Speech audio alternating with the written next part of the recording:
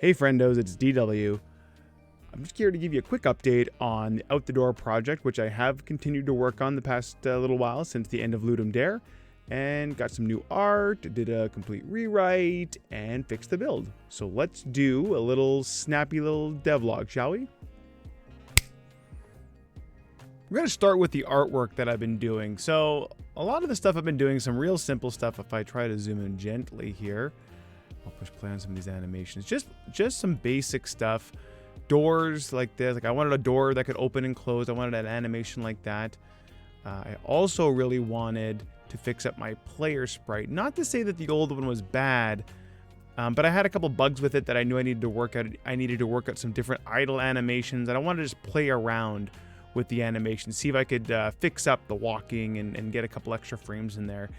And it's a skill that I'm trying to practice. So this gave me an opportunity to do that. It's definitely not perfect. It's definitely a good step in the right direction. Not sure if I like the art style as much, but so far so good, I think. The other big piece I did were the walls. I did a set of walls here. So this is kind of like a bit of a simplified tile set, just to kind of see if I knew what I was doing. I think I do. And then I ended up producing a map. If I zoom out a little bit, you'll see this later on in the video. But although it doesn't look like much because there's no floors in it or anything like that, this is my first attempt at really bringing in a level into the rewrite or the report that you're going to see in a bit. But overall, I'm very happy with the work that I've done with the artwork. The walls were really bugging me in the last one because I spent so much time on getting them cleaned up and then just kind of had to hack them together because of the time frame. Now I've got them a little bit more, I don't know what the word for it is, but they're friendlier and they're nicer and I like them more. So yeah, so it's just started with art and then we went on to fix the build.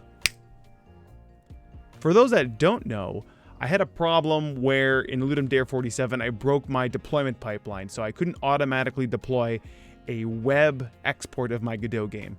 Wasn't a big deal. I could actually do the export locally on my machine, but it was manual. It was a manual process. I kept on screwing it up, and I really don't like tedious tasks like that. I like to automate what I can so that way I don't have to think about it a second time. I just know it works and it's done. So this time around, I actually had to fix that. I couldn't find the end solution. I couldn't even replicate the problem in a separate project. So I ended up creating a whole new GitHub Actions pipeline and project and started porting my code over little by little. And it's actually had some good side effects. If I can get this testing sandbox to work, this is actually my testing sandbox that's just private to me. It allows me to test to see that the web build is actually working. And as you can see, there's that map we saw moments ago working along with my new door that I've implemented with no animation, but also the new player sprite. I also have a Windows version down here. And like I said, this is just for me testing the build. So this happens frequently and often, but that way I know it's actually working in the web because I want to make it easy for people to play. And so let's look at the actual port rewrite thing that I've been doing too.